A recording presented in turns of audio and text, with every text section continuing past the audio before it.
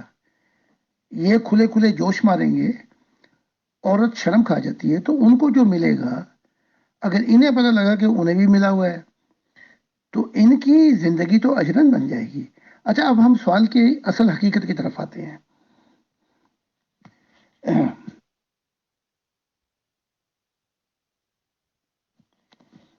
حقیقت یہ ہے کہ یہ زمین کی شادیاں ہیں، یہ زمین تک ہے. بلکہ عیسائیت بھی یہ کہتی ہے کہ ہم جب وہ شادی کرتے ہیں کہ یہ جو شادی ہے موت تک ہے، اس کے بعد ہم جدا ہو جائیں گے. وہ جدائی اس لیے پڑ جاتی ہے کہ ہر روح اپنی کوشش کے مطابق جو پھل ہوتا ہے اپنی دنیا میں چلی جاتی ہے. اچھا، اب جو نوری جن کے پاس نور ہوتے ہیں وہ آگے چلی جاتی ہیں. اب جنتیں جو ہیں وہ ان گنت ہیں، جن کا شمار نہیں. تو ایک جنت میں ہوں گے تو لازمی بات ہے ایک ہم سفر ملے گا آپ کو، یا 2 ملیں گے یا 3 ملیں گے. لیکن اگر آپ کا نور زیادہ ہو گیا یا ان کا ہو گیا تو وہ آپ کو خدا حافظ کہہ کے چلے جائیں گے. یہ سلسلہ تو ہے. ہر جنت میں نئے ہم سفر ملیں گے، نئی محبتیں ہوں گی، نئے جنم ہوں گے. تو اس کانسیپٹ کو جو میں نے آنکھوں سے دیکھا وہ یہ ہے. لیکن جو اندھیروں میں پھنس گئے،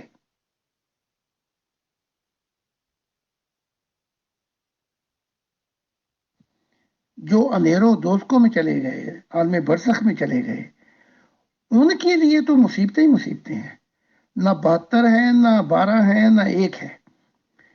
تو کیونکہ خدا نے مجھ سے کہا ہے کہ اگر میں روشنی کی سپیڈ سے بھی سفر کروں تو وہ جنتوں کو میں کراس نہیں کر سکتا. اور وہ اب بھی تخلیقات کرتا جا رہا ہے. تو جو ہمارے نور بڑھتے جائیں گے، ہم اگلی جنتوں میں چلتے جائیں گے، تو وہاں نئے ہم سفر ہوں گے، نئی حقیقتیں ہوں گی. اور جب نور زیادہ ہوگا تو آپ اپنی اولاد کو بھی جا کے مل سکتے ہیں جہاں بھی وہ ہوں گے، اپنی بیوی کو بھی. اگر ان کے پاس ہوا تو وہ بھی آگے آ سکتے ہیں. تو یہاں تک تو ٹھیک ہے. لیکن وہ حوریں ایسی نہیں ہیں، وہ بہت نور میں ترقی کر گئی ہیں. ان کو پانے کے لیے ان جیسا ہونا پڑے گا.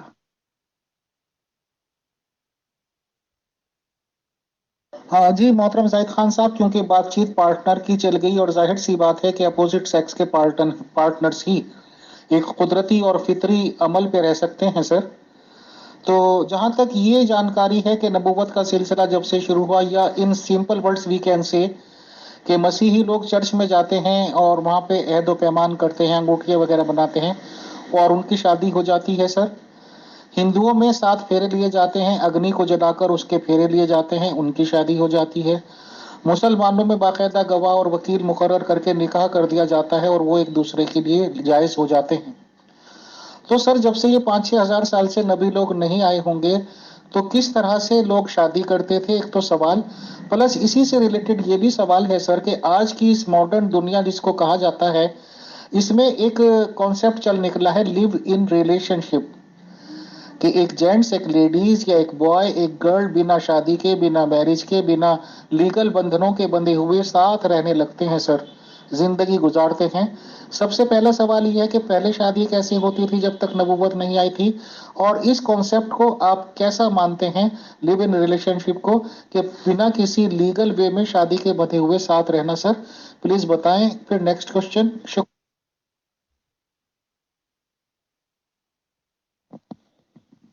جو پتھروں کا دور تھا، جاہلوں کا دور تھا، اس میں تو وہ جانوروں والی حرکتیں تھیں، جو جس پہ چاہتا چڑھ جاتا.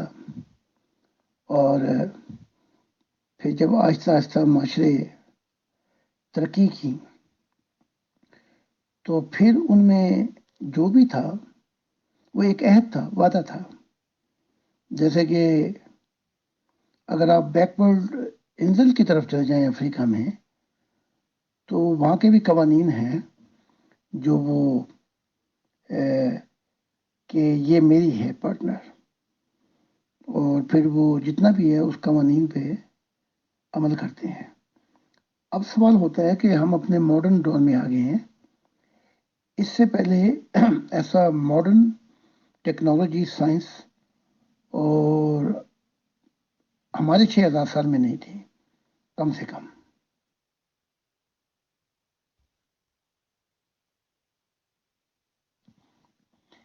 میں اپنی جماعت سے مثال دے دیتا ہوں کہ میری جماعت میں بہت سے ایسے لوگ ہیں ینگ اور یا کسی عمر کے بھی، جنہوں نے شادی نہیں کی بلکہ ایک دوسرے کے ساتھ رہتے ہیں اور بچے بھی ہیں۔ اب اگر میں ان کی شادیاں کروانے پہ بیٹھ جاؤں تو وہ تو میرے خلاف ہو گئے۔ ہاں، اتنا میں نے کیا ہے کہ میں نے کہا ٹھیک ہے، تم نے ایک دوسرے کو پسند کیا، اب ان کی خدا کی طرف رہنمائی کر رہا ہوں، تو آئندہ کی شادی، وہ تو ہو چکی شادی، تو آئندہ کی شادی کوئی باجے نہیں بجیں گے، کوئی مسلمانوں کی طرح، ہندوؤں کی طرح نہیں ہوں گی، عیسائیوں کی طرح۔ خدا کی دنیا میں جو اگلا کنسیپٹ ہے وہ یہ ہوگا کہ ایک ینگ عورت اور آدمی اپنے سے عہد کریں گے۔ خدا کو تو وہ جانتے ہوں گے، نزدیک ہوں گے کہ وہ ایک دوسرے کو قبول کریں گے خدا کی محبت میں۔ یہ شادی کا کانسیپٹ ہے جو آگے چلے گا۔ ایک بات،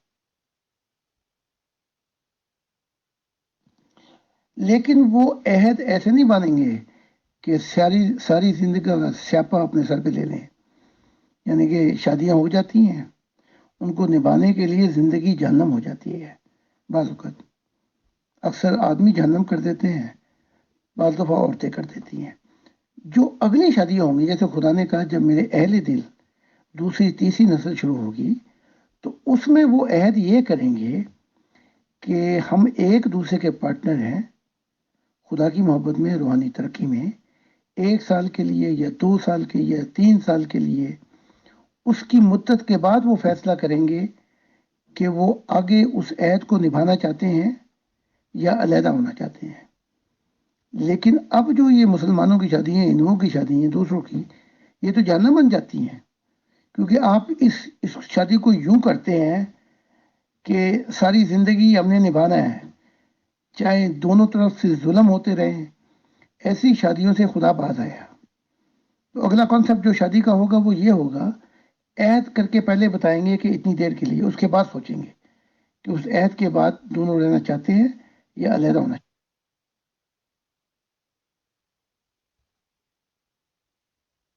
محترم زاہد خان صاحب، ہم نے تو یہی محسوس کیا ہے کہ جیسے کہ ایج بڑھتی رہتی ہے اور ایک اسٹیج پہ آ کے اٹریکشن کا سلسلہ شروع ہوتا ہے سر اپوزٹ سیکس کے لیے، چاہے وہ فیمیلز کو ہو چاہے وہ میلز کو ہو، تو ظاہر سی بات ہے کہ آدمی کی کھوپڑی یا آدمی کی تھرسٹ کہہ لیجیے کبھی بڑھتی نہیں ہے۔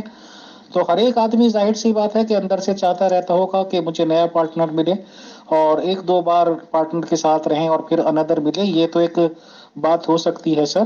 بٹ شادی، میرج، یہ بندھن نام ہے ایک بہت بڑی ذمہ داری کا سر۔ ویسے تو آپ کسی سے ایک دو دن کے لیے ریلیشن شپ بنا لیجئے، بات ختم ہو جائے گی، بٹ شادی کا ایک طرح سے ذمہ داری میں گھرنا ہے بہت بڑا۔ اور آپ نے کہا کہ اس طرح کا 1 2 سال 3 سال کا ایگریمنٹ لے کے شروع ہو جائے گا تاکہ وہ ایک دوسرے سے اوبے نہیں اور وہ شادی کا سلسلہ چلتا رہے سر۔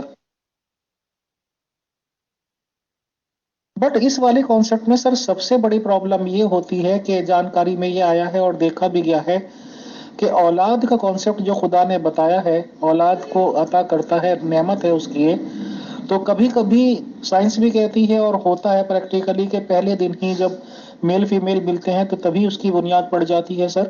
یہ الگ بات ہے کہ بہت سے جوڑوں کو 10 15 سال میں بھی وہ چیز نصیب نہیں ہوتی، بٹ اگر 1 2 سال 2 سال 3 سال کا ایگریمنٹ کیا جائے یا یہ کہ پارٹنرز بدل لیے جائیں 1 2 سال میں، تو بچے ہونے کی تو ذمہ داری رہتی ہے اور اس وقت کبھی بھی ہو سکتے ہیں سر۔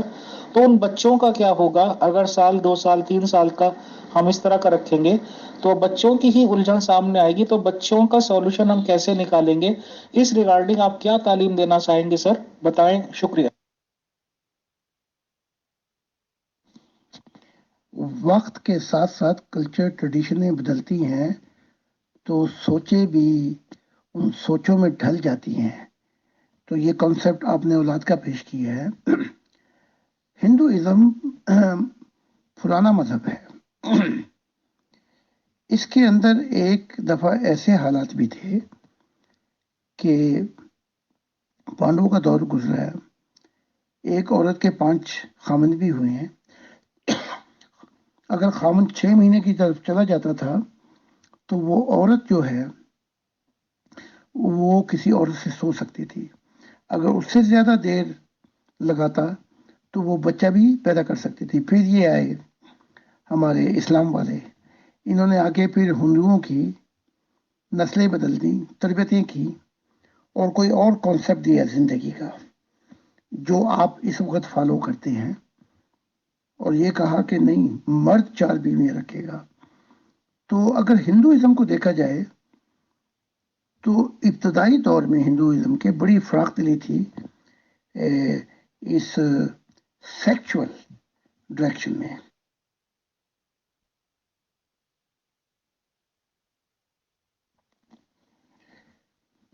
اب یہ عرب کے لوگ ہیں، ان کی کئی بیویاں، کئی ان کی لونڈیاں ہوتی ہیں، اور ہر بیوی سے مختلف بچے ہوتے ہیں ان کے. تو وہ بھی آپس میں بڑھتے ہیں اور وہ اتنی تمیز نہیں کر پاتے، وہ اپنے آپ کو بہن بھائی سمجھتے ہیں. اچھا، اب میں نے یہ نہیں کہا کہ آپ ایک سال میں اپنا پارٹنر بدل دیں، آپ ساری زندگی اس کے ساتھ رہیں، بچے بھی پیدا کریں. لیکن اگر اس عہد کو آپ نبھا نہیں سکتے تو پھر ایسا عہد ہو کہ اس کی تجدید کی جا سکے 1-2 سال کے بعد، یا سال کے بعد آپ کہہ رہی ہیں 2 سال پہ ہم سارا جیون گزارنا چاہتے ہیں، کوئی آپ کو منع نہیں کر رہا. آپ اپنی اولاد پیدا کریں. یہاں یہ بھی ہوتا ہے یورپ میں کہ ایک عورت سے 2 بچے ہیں، دوسری سے شادی کی، اس کے 3 بچے ہیں، ان سے 2 بچے ہیں، تو ہر بیوی سے بچے ہوتے ہیں. میں آپ کا کانسیپٹ تبدیل نہیں کر رہا. آپ ذمہ داری لیں، اپنی پورے جیون کو نبھائیں، لیکن خوشی کے ساتھ، بربادی کے ساتھ نہیں، ظلم کے ساتھ نہیں. زندگی کو جہنم نہ بنائیں دوسرے کی.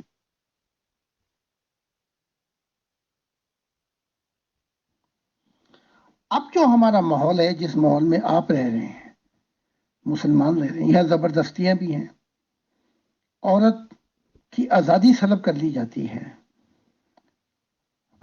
مرد منمانی کرتا ہے، بلکہ یہ مرد کی دنیا ہے. دینا آپ اپنی عورتوں کو اجازت مستقبل میں، تو وہ آپ کو آپ کے 14 طبق روشن کر دیں گی. تو میرے کہنے کا مطلب یہ ہے، جب کلیتاً آزادی دونوں فریقوں کو ملے گی تو ان کی سوچیں بھی بدل جائیں گی. تو اگر آپ خوشی کے ساتھ سارا جیون گزاریں ذمہ داری کے ساتھ، تو آپ کو کوئی منع نہیں کر رہا. لیکن اگر آپ ایسی پوائنٹ پہ آ جائیں جہاں آپ کی روحانیت بھی ختم ہو جائے، زندگی بھی جہنم بن جائے، اور لیکن ہم نے ذمہ داری سے پوری زندگی نبھانا ہے، ایسی زندگی جو برباد ہو جائے دونوں طرف سے، اس کے لیے اگلے جو یعنی کہ دور ہے، اس کی سوچیں تبدیل ہو جائیں گی.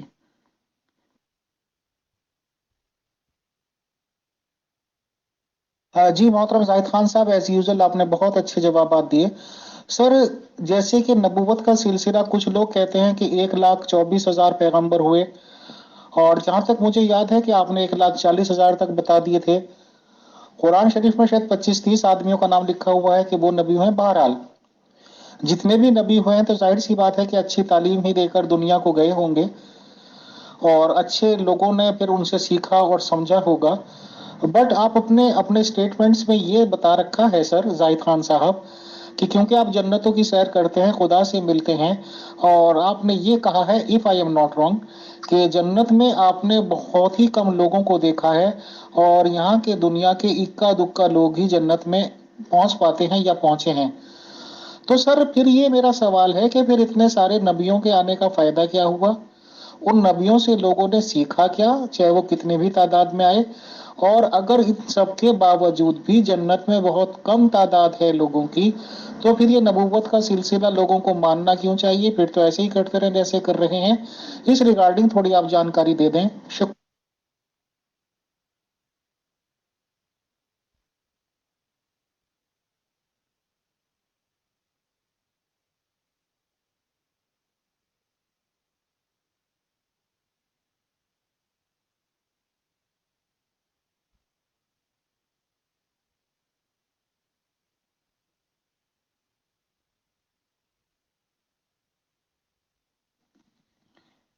ایک ذمہ داری ہے خدا کی، جسے آپ 95% کہہ لیں، 95%، وہ تو خدا پوری کرتا ہے کہ میرا زمانہ آئے گا، میری بادشاہت آئے گی، اور انسان زمین پہ ایسے بسیں گے، بلکہ یہ زمین ہی جنت ہو جائے گی، بلکہ جنت اس زمین کو دیکھنے کے لیے آئیں گی، کیونکہ یہاں معرفت الہی سے، خدا کی نور سے زمین روشن ہو جائے گی۔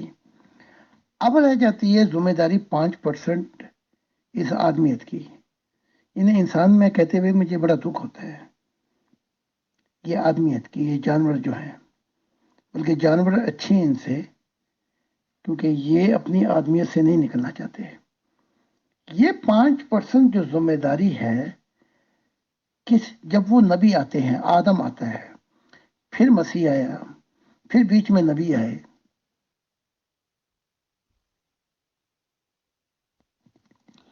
حتیٰ کہ وہ ایک ہمارے بھائی عیسائی کہہ رہے تھے جب خدا وعدہ کرتا ہے تو پورا کرتا ہے۔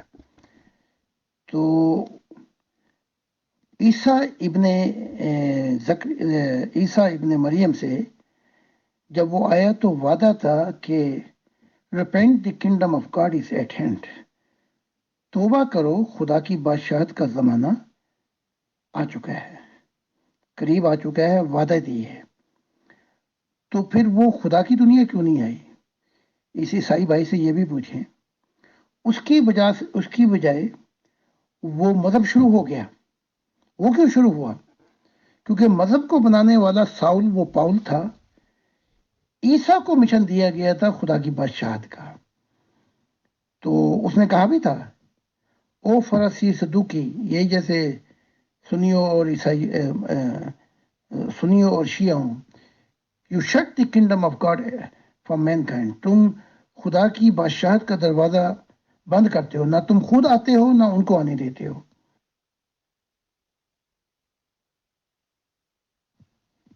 تو خدا کی دنیا تو کبھی کی آ جاتی۔ ہاں، اس دفعہ فرق یہ پیدا کیا خدا نے کہا تو نے مجھے خوش کر دیا، جو میں نے کہا تھا 1,48,000 نبی ہیں۔ خدا نے کہا تو نے مجھے خوش کر دیا، اور اس خوشی میں یہ بات کہی کہ تو نے میری تعلیمات بغیر کسی سوچے سمجھے، بغیر کسی حکمت کے، بغیر کسی چلاکی کے، بغیر کسی کہ یہ بتاؤں گا تو پھر کیا ہوگا، تو نے انسانوں کے سامنے رکھ دی ہیں۔ جو ہی انسان ان تعلیمات کو پڑھیں گے، یہ چابی ہے انسانیت کی کہ وہ میرے نزدیک آ جائیں گے۔ اب میری دنیا آ جائے گی، دوسری نسل میں ہے یا تیسری نسل میں، اب میری دنیا آ جائے گی، کیونکہ کوئی چیز تو نے چھپائی نہیں۔ تو خدا کی بادشاہ تو کہیں پہلے آ جاتی۔ اب جو چھپایا گیا اس کا نقصان یا تو نبیوں کو ہوا اور یا پھر انسانیت کو ہوا، کہ وہ وقت بھی دیکھا ہے تاریخ کی گھڑیوں میں کہ لہموں نے خطا کی تھی، صدیوں نے سزا پائی۔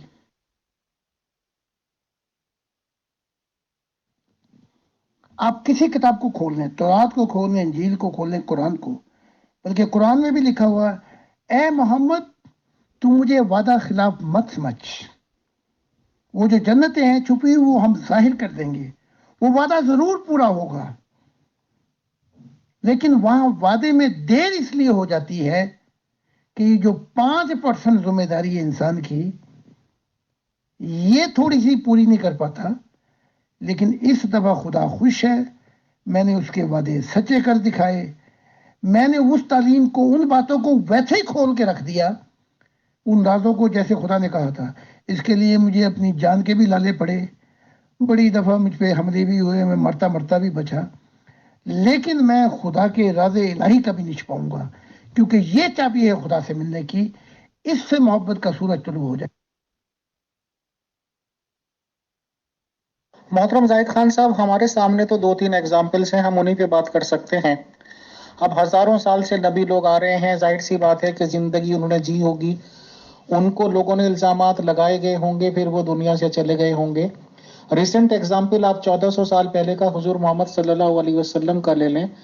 ان کے کلیشز شروع ہوئے ابو سفیان سے، اور لوٹ مار کی کارروائیں شروع ہوئی کہ لونڈیے بنا لیں گے، زیور لوٹ لو، یہ کر لو وہ کر لو، اور اس سوال پوچھنے پر کہ بھائی ہم بھی تو قتل ہو سکتے ہیں، تو حوروں کو لولی پاپ دکھا دیا گیا سر۔ اصل میں نے دیکھا ہے سر کہ اسی سٹوری کو لے لیجیے آپ 1400 سال بعد والی، کہ لڑائی جھگڑے شروع ہوتے رہے اور اس کا اینڈ ہوا ہے کربلا میں حضور محمد صلی اللہ علیہ وسلم کی فیملی کے قتل عام سے۔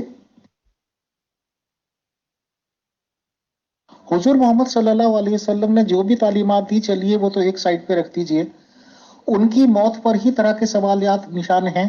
کچھ لوگ کہتے ہیں کہ ان کو زہر دیا گیا ہے، اور کچھ لوگ کچھ بتاتے ہیں۔ بہرحال یہ بھی بتایا جاتا ہے کہ ان کے جنازے میں بہت ہی کم لوگ شامل تھے، اور قصہ مختصر یہ کہ وفات رسول اسلام کے بعد بھی جھگڑے شروع ہو گئے۔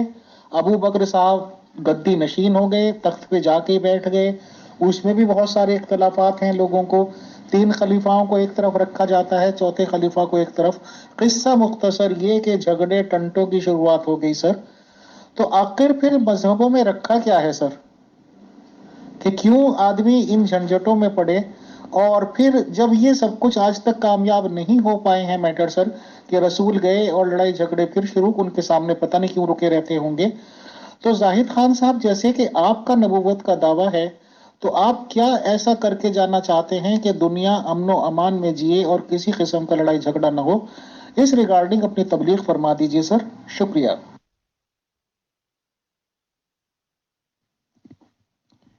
میں محمد رسول کو کئی دفعہ جنتوں میں مل چکا ہوں، جب بھی ملتا ہوں تو مجھے گلے لگا کے محمد روتے ہیں، لیکن جب نیچے آتے ہیں تو پھر محمد رسول کی بھی عادتیں بدل جاتی ہیں۔ جنت میں عجیب سما ہے۔ تو آپ یہ کہتے ہیں، سن لیں، اے کاش وہ باتیں جو میں نے خدا کی چھپائیں، اگر میں وہ بتا دیتا تو اسلام مذہب نہ ہوتا، صرف صوفیت ہوتی، اور صوفی لوگ جو ہیں یہ خدا کی دنیا لے آتے۔ یہی بات عیسیٰ ابن زکریا کہتے ہیں کہ وہ جو باتیں خدا نے مجھ سے کہی تھی، آسمانی باتیں، اگر میں نہ چھپاتا تو عیسائی مذہب نہ آتا۔ اب جو کچھ ہوا ہے یہ وہ اصل باتیں چھپانے پر ہوا ہے جا کے، کیونکہ خدا کی بات جو بھی خدا کہے کھول دو گے تو محبت کا سورج طلوع ہو جائے گا، چاہے تمہیں سبھی چھوڑ جائیں۔ اب دیکھیں نا،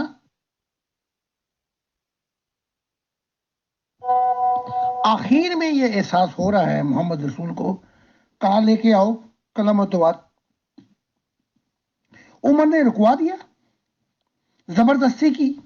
ہمارے پاس قرآن موجود ہے۔ اس وقت شیطان عمر پہ حاوی ہو چکا تھا، اور محمد رسول کہتے ہیں کہ اگر میں سب کچھ لکھواتا تو اس وقت دونوں طرف سے تلواریں چلتی، خون آلودہ ہوتے۔ پھر محمد رسول یہ بھی کہتے ہیں میری کتاب میں تفصیل کے ساتھ، خدا نے مجھے 30 سال دینا چاہے اور کیا چاہا تھا خدا نے، اور جب نبیوں نے ہی کام خراب کر دیے تو وہ تو پہلے ہی خراب ہوئے ہیں جو امت ہے۔ تو یہ سلسلہ اتنا پھر لمبا ہو گیا، خونی سلسلہ۔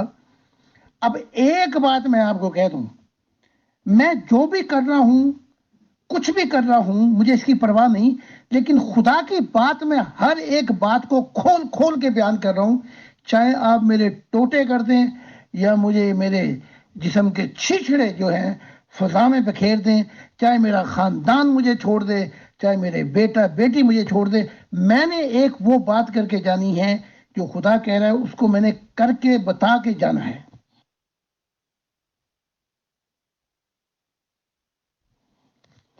چاہے منصور کی طرح مجھے سولی پہ لٹکا دیں، چاہے سارا زمانہ میرے خلاف ہو جائے اور سارے انبیاء بھی میرے خلاف ہوئے، فرشتے بھی روح کی دنیا میں میرے خلاف ہوئے، سارا زمانہ خلاف ہوا، لیکن ایک محبت خدا کی، اس نے مجھے ایسا وجد دلایا، اور وہ وجد اس لیے دلایا کہ میں نے خدا کے عہد کو کہا تھا کہ میں ہر بات تیری بتاؤں گا، اس کے لیے چاہے مجھے ہزاروں جانیں دینی پڑے۔ اگر یہ انبیاء کر جاتے تو خدا کہتا ہے میرے راز جب کھل جاتے ہیں تو انسانیت میرے نزدیک آ جائے گی، اور اس دفعہ میں ہر راز کو کھول رہا ہوں۔